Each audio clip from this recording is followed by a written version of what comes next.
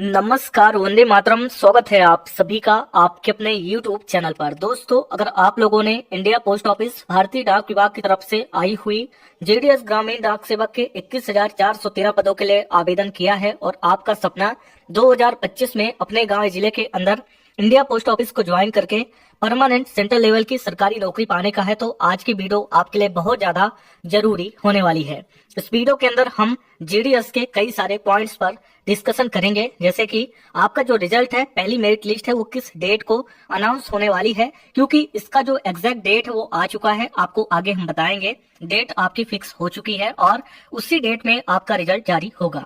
इसी से मिलता जुलता दूसरा सवाल, इस बार टोटल कितनी मेरिट लिस्ट आएंगी, क्योंकि आपको पता है जुलाई महीने में एक बार फिर से जेडीएस के पदों पर दोबारा से नई भर्तियां होने वाली है। कितने पदों पर होंगी इसके बारे में भी हम बात करेंगे और साथ ही साथ ये बताएंगे कि इस बार कितने बार रिजल्ट या कितने टाइम आपको मेरिट देखने को मिलेंगे। इसके अलावा जो इंडिया पोस्ट ऑफिस ने एक नया ऑफिशियल नोटिस आउट किया है इंपोर्टेंट डॉक्यूमेंट का, यानी कौन कौन से ऐसे कागज हैं जो आपको डॉक्यूमेंट वेरिफिकेशन के समय प्रस्तुत करने होंगे। अगर वो डॉक्यूमेंट आपके पास नहीं होंगे तो आपका नाम आने के बाद भी मेरिट लिस्ट में आपको बाहर कर दिया जाएगा। इस बार कितने फॉर्म भरे गए हैं, अपने रिजल्ट को आसानी से कैसे देख सकते हैं, क्योंकि ऑफिशियल वेबसाइट के माध्यम से रिजल्ट देखना थोड़ा कठिन होता है। बहुत सारे आवेदन होने की वजह से, लाखों में आवेदन होने की वजह से ऑफिशियल वेबसाइट का सर्वर क्रैश हो जाता है और साइट जो है तो हैंग हो जाती है और आप उसको एग्जैक्ट टाइम पे चेकआउट नहीं कर सकते। उसके लिए एक बहुत ही आसान तरीका आपको बताएंगे रिजल्ट देखने का। ये सभी जानकारी आपको इसी एक वीडियो में मिलेंगी। इसके लिए वीडियो को आखिरी तक देखना कंपलसरी है। वीडियो पसंद आए तो इस वीडियो को लाइक कर सकते हैं और आगे आने वाली वीडियो की अपडेट के लिए चैनल को सब्सक्राइब करके बेल नोटिफिकेशन को जरूर ऑन करें। तो दोस्तों, जैसे कि आपको पता है कि 3 मार्च 2025 तक इंडिया पोस्ट ऑफिस की तरफ से जेडीएस के पदों पर ऑनलाइन आवेदन मांगे गए थे। 3 मार्च का समय जा चुका है। 2 दिन के गैप के बाद, यानी कि 4 और 5 को गैप के बाद 6, 7 और 8 मार्च को आप लोगों ने अपने फॉर्म को एडिट किया होगा। फॉर्म को एडिट करने की डेट भी जा चुकी है।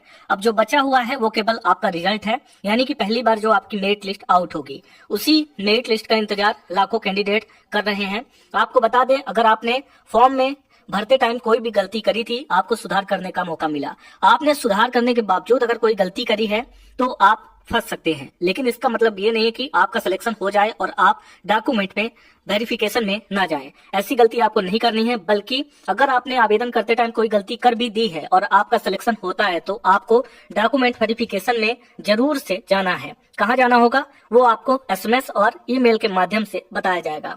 तो आपने जिस भी डिस्ट्रिक्ट के लिए आवेदन किया है, जिस भी डिवीजन के लिए आवेदन किया है, उसी डिवीजन में आपका होने वाला है डॉक्यूमेंट वेरिफिकेशन। तो अगर छोटी मोटी गलती हो भी गई है तो भी जाना है, उसको कैसे सुधार किया जाएगा वहां पे जाकर ही पता लगेगा। अगर नहीं जाएंगे तो बहुत बड़ी गलती करेंगे। सबसे पहली बात कि इस बार कितने फॉर्म भरे गए हैं, आइए इसको हम ऑफिशियल वेबसाइट के माध्यम से समझते हैं, ताकि हम आगे आपको रिजल्ट कैसे देखना है इसके बारे में और आसान तरीके से रिजल्ट को कैसे देखेंगे, जरूरी कागज के बारे में भी कुछ बेसिक जानकारी दे सके।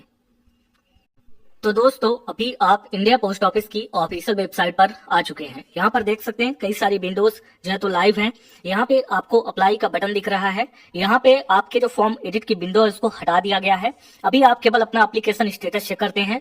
तो एडिट करने के बाद एप्लीकेशन स्टेटस चेक करना बहुत इंपॉर्टेंट है, ताकि ये आपको मालूम रहे कि आपने फाइनल सबमिशन के बाद कौन सी गलती करी है, गलती करी भी है कि नहीं करी है, आपका फॉर्म सक्सेसफुली सबमिटेड है कि नहीं।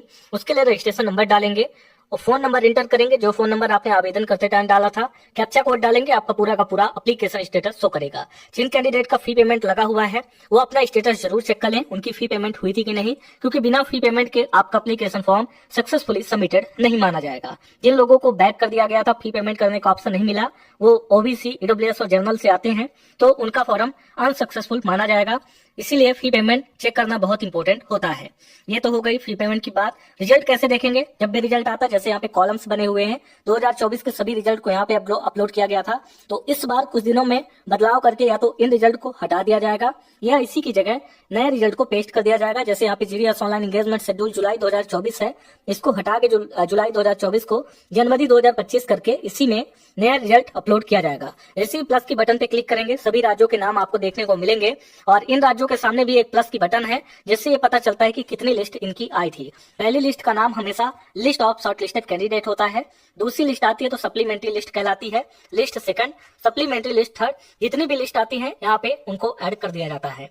पिछली बार 2024 में टोटल 6 लिस्ट आई थी, इस बार कितनी आएंगी इसके बारे में आगे हम बात करेंगे। उससे पहले आपको हम बता देते हैं कि इस बार टोटल फॉर्म कितने भरे गए। अकॉर्डिंग टू सरकारी डेटा जेडीएस के महासचिव एस महादेवा जी के अकॉर्डिंग इस बार लगभग 30 से लेकर 35 लाख लोगों ने आवेदन किया है। पिछली बार जब 44,228 पदों पर ये भर्तियां आई थी तब 68 से लेकर 70 लाख आवेदन किए गए थे। इस बार भर्तियां आधे से भी कम है, 21,413 पदों पर भर्तियां हैं, फिर भी ठीक ठाक से फॉर्म फिलअप हुए हैं। 30 से 35 लाख आवेदन कम नहीं होते हैं 21,413 पदों के लिए। तो कंपटीशन इस बार भी ठीक ठाक ही देखने को मिलेगा। ऑलमोस्ट पिछले जैसा ही सेम कंपटीशन है। पहली लिस्ट का कट ऑफ हमेशा हाई जाता है। आपको पहली लिस्ट देखकर परेशान या घबराना नहीं है, क्योंकि आपको आगे मौका मिलता है कि आप दूसरी, तीसरी, चौथी, पांचवी और छठी यानी जितनी भी मेरिट आए उनको चेकआउट कर सके। इसके अलावा नई भर्तियां आपकी जुलाई में फिर से आएंगी। इस बार आवेदन करने का मौका रहेगा, लेकिन नंबर ऑफ वैकेंसी 15,000 के आसपास होंगी, क्योंकि यहाँ पे कुछ 100 पोस्ट इसी भर्ती में भर जाएंगी और जो कुछ खाली रह जाएंगी या नई बनेंगी उनको ऐड करके 10 से 15,000 भर्तियां रहेंगी। इस बार राजस्थान स्टेट का वैकेंसी नहीं आया है, उनको भी ऐड करके अगली बार भर्तियां निकाली जाएंगी। रिजल्ट कैसे देखेंगे उसके ऊपर बात करने से पहले आपको कुछ जरूरी बातें यहाँ पे दिखा देता हूँ। डॉक्यूमेंट वेरिफिकेशन के लिए निर्देश, ये वो नोटिस है जो आपको डॉक्यूमेंट वेरिफिकेशन कराते टाइम जब जाएंगे आप तो वहाँ पे जरूरत पड़ेगी। वहाँ पे नोटिस बोर्ड में आपको यही नोटिस देखने को मिलेगा। पहले ही बता दिया गया है, सभी कैंडिडेट निम्नलिखित दस्तावेज ओरिजिनल और उसकी 2-2 फोटोकॉपी लेकर अंदर प्रवेश करें तथा सभी फोटोकॉपी सेल्फ अटेस्टेड होनी चाहिए। फॉर्म भरते समय जो सिग्नेचर किए थे वैसे ही सिग्नेचर सभी फोटोकॉपी पर होना चाहिए। 7 तरह के डॉक्यूमेंट इन्होंने मेंशन किए हैं। 3 तरह के डॉक्यूमेंट जो जरूरी होते हैं वो मैं आपको अपने से बताऊंगा। 10 तरह के टोटल कागज अगर आप लेकर जाएंगे आपको कोई भी बाहर नहीं कर सकता। पहला कागज है आधार कार्ड, बहुत इंपॉर्टेंट है। दूसरा कागज है 10th क्लास का सर्टिफिकेट ओरिजिनल और 2 फोटोकॉपी। तीसरा है पैन कार्ड, इसका भी आपका यूज होगा। चौथा है मेडिकल सर्टिफिकेट जो आपको गवर्नमेंट हॉस्पिटल से बनवाना पड़ेगा, गवर्नमेंट डॉक्टर के द्वारा। 5वां है कास्ट सर्टिफिकेट यानी जाति प्रमाण पत्र वैलिड होना चाहिए ईडब्ल्यूएस, ओबीसी और SC/ST के लिए, और पीडब्ल्यूडी में भी ये लागू होगा। 6वां मोबाइल नंबर OTP के लिए, जिस मोबाइल नंबर से रजिस्ट्रेशन किया था वो मोबाइल नंबर भी वहां पर होना चाहिए। 7वां नंबर है result list copy also required, यानी कि रिजल्ट लिस्ट जिसमें भी लिस्ट में आपका नाम आया हो जिस भी पेज में, उसका PDF आपको निकलवा लेना है। एक पेज ही A4 साइज का निकलवा लेना है, उसमें ये रहेगा कि इस नंबर पे आपका नाम आया हुआ है। तो ये हो गया। 8वां नंबर आपको 2 पासपोर्ट साइज की फोटोग्राफ रख लेनी है, हो सकता है डिमांड करे। 9वां नंबर है कि आपने जो आवेदन किया, फॉर्म फिलअप किया है, सिग्नेचर मैच करने के लिए कि सेम सिग्नेचर वहां पे भी आपने फोटोकॉपी में किया है वो भी आपको अपने साथ रखना है। हालांकि वो वहां से निकाल लेते हैं, लेकिन आपको बैकअप के लिए 2 पेज 20 रुपए में, 10 रुपए में निकल जाएगा, 15 रुपए में, तो आपको निकलवा लेना है। और 10वां नंबर ये है कि कंप्यूटर सर्टिफिकेट की डिमांड की जाती है। अगर हो सके आपने BCA, PGDCA या DCA किया हुआ है तो आपको अपने पास उसको भी रख लेना है, या किसी भी क्लास में आपने कंप्यूटर की पढ़ाई करी है तो उस सर्टिफिकेट को रख लेंगे, वो उतना ही मान्य है जितना कि एक सर्टिफिकेट मान्य होगा। इसके अलावा एक पॉइंट यहाँ पे और लिखा गया है, उपरोक्त सभी दस्तावेज पूर्ण करने के बाद ही अंदर प्रवेश करें ताकि अनावश्यक विलंब ना हो। यानी जब आपके पास सभी कागज रहे तभी अंदर आपको जाना है। इसके अलावा आपको नहीं जाना है तो मैं पहले ही आपको बता दिया कि कुछ दस्तावेज कम भी होते हैं तो भी आपको प्रवेश करना है। अभी हम बात करते हैं कि कट ऑफ क्या रहेगा पहली लिस्ट का। इसके अलावा किस किस को अपने डॉक्यूमेंट रेडी रखने चाहिए, रिजल्ट को आसान तरीके से कैसे देख पाएंगे। वीडियो के डिस्क्रिप्शन और कमेंट बॉक्स में आपको एक लिंक मिलेगा जिसके माध्यम से आप आसानी से रिजल्ट को देख सकते हैं। यहाँ पर आने के बाद पहला काम करेंगे व्हाट्सएप ग्रुप को ज्वाइन करेंगे ताकि आपको आगे भी अपडेट मिलती रहे। साथ ही साथ आपको टेलीग्राम ग्रुप को भी जरूर से ज्वाइन कर लेना है। अब यहाँ पर आप लोग देख सकते हैं India post GDS result 2025 PDF download करके हमने पहले ही अपडेट कर दिया है। और अधिक जानकारी के लिए, हिंदी में रिजल्ट की जानकारी के लिए आपके लिए fastjob.adda.com लगा के टाइप करेंगे, गूगल में वेबसाइट मिलेगी। नई वेबसाइट बनाई गई है, इसको आप लोग चेकआउट कर सकते हैं। पहली लिस्ट के बारे में यहाँ पर अपडेट कर दिया गया है। देखिए अमूमन होता यह है कि जैसे ही आप फॉर्म को एडिट करते हैं, सक्सेसफुली सबमिट करते हैं, उसके 15 दिन के बाद आपका रिजल्ट आ जाता है। तो इस बार अभी बीच में होली का त्योहार वगैरह पड़ेगा तो छुट्टियां जो है तो बीच में फंसने वाली हैं, तो हम इसको एक्सटेंड कर देते हैं। अगर 8 तारीख को आपने सक्सेसफुली फॉर्म सबमिट किया है तो वैसे तो 22 और 23 के आसपास आपकी रिजल्ट आ जानी चाहिए, लेकिन यहाँ पे संडे फंस रहा है। तो आपकी जो एक्सपेक्टेड डेट हम रख रहे हैं वो 25 मार्च की है, यानी कि मार्च में आखिरी हफ्ता लेकर चले, आखिरी हफ्ते में आपकी जो पहली मेरिट है वो आ जाएगी और जो एक्सपेक्टेड डेट रहेगी वो 25 मार्च के आसपास की रहेगी। मतलब पीछे नहीं आएगा लेकिन आगे जा सकता है, यानी 25-26 किसी भी दिन आपका रिजल्ट आ सकता है।